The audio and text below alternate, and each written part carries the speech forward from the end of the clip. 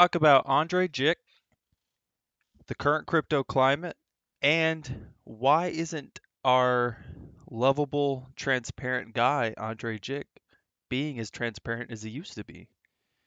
I mean, what I remember falling in love with his channel was what seemed to be his utter transparency when it came to his Robinhood brokerage account.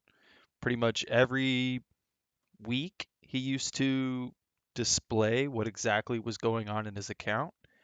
Um, and then we have the 2022 year that we've had with crypto companies going bankrupt left and right.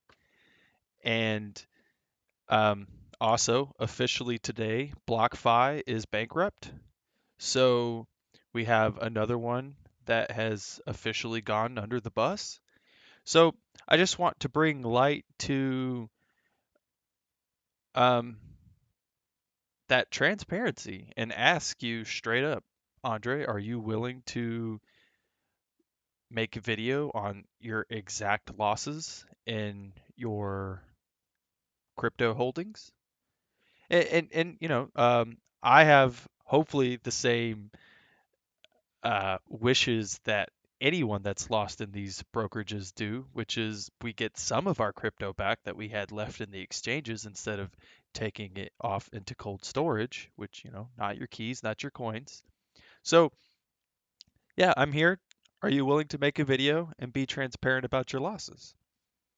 Or at least maybe there's some sort of other perspective that I'm not aware of. Maybe you do continue that kind of transparency, but only for your like Patreon subscribers, or I don't even know if you do memberships on your YouTube channel. So maybe a video at least explaining that you do have that transparency, but only for, that audience.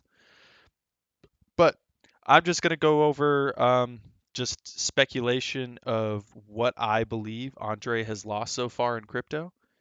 Um, at the height of his value, I'm estimating it to be close to, if not over 1.5 million.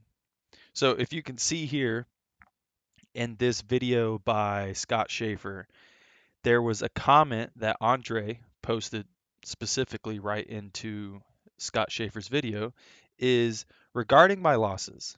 The peak was 1.2 million. My cost basis was still 10% of my net worth. While that's still objectively a lot of money, I'm still hopeful I can get it back. Like I was just saying, we're all hopeful we can get at least some of this stuff back from the exchanges.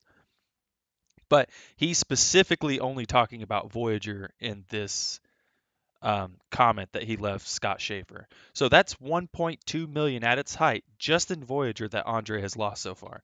So we all know that he promoted BlockFi for well over 6 months, I believe. And I don't know, let's say he only got 10% of the max contribution reward if a referral got the full $250 of Bitcoin through the referral link. So let's say best case scenario, he was getting 25 bucks a pop per referral. So just a random number I threw out there. I have no clue. We don't know his transparency so far with what he's doing, or if he's even willing to share how much he's lost in crypto so far this year. Um, so basically, random number, I came up with another $300,000 that he made through his BlockFi referral, and that's not even, putting how much money he specifically himself put into BlockFi or how much more in value it may have went up from, the initial principal that he put into BlockFi. So, 1.5 million is what Andre maybe has lost so far in crypto this year. Um, and I love his content. He's got amazing content. He's a great entertainer and storyteller, which is what we're all here on YouTube for anyway, is to be entertained. I just would like for him to fall back on a little bit of that personality that I personally fell in love with, which was the transparency. I always thought he was one of the most transparent YouTubers. and that faith has been shaken greatly lately, especially with just the way everything is going this year, not just in crypto, but just the economy as a whole. What is 50 years since we've had this bad of a market? Um, so it's pretty rough. So it'd be nice to, get some transparency from Andre, one of my favorite YouTubers.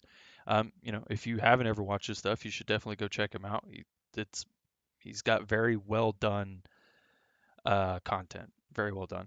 And Scott Schaefer, he is very negative.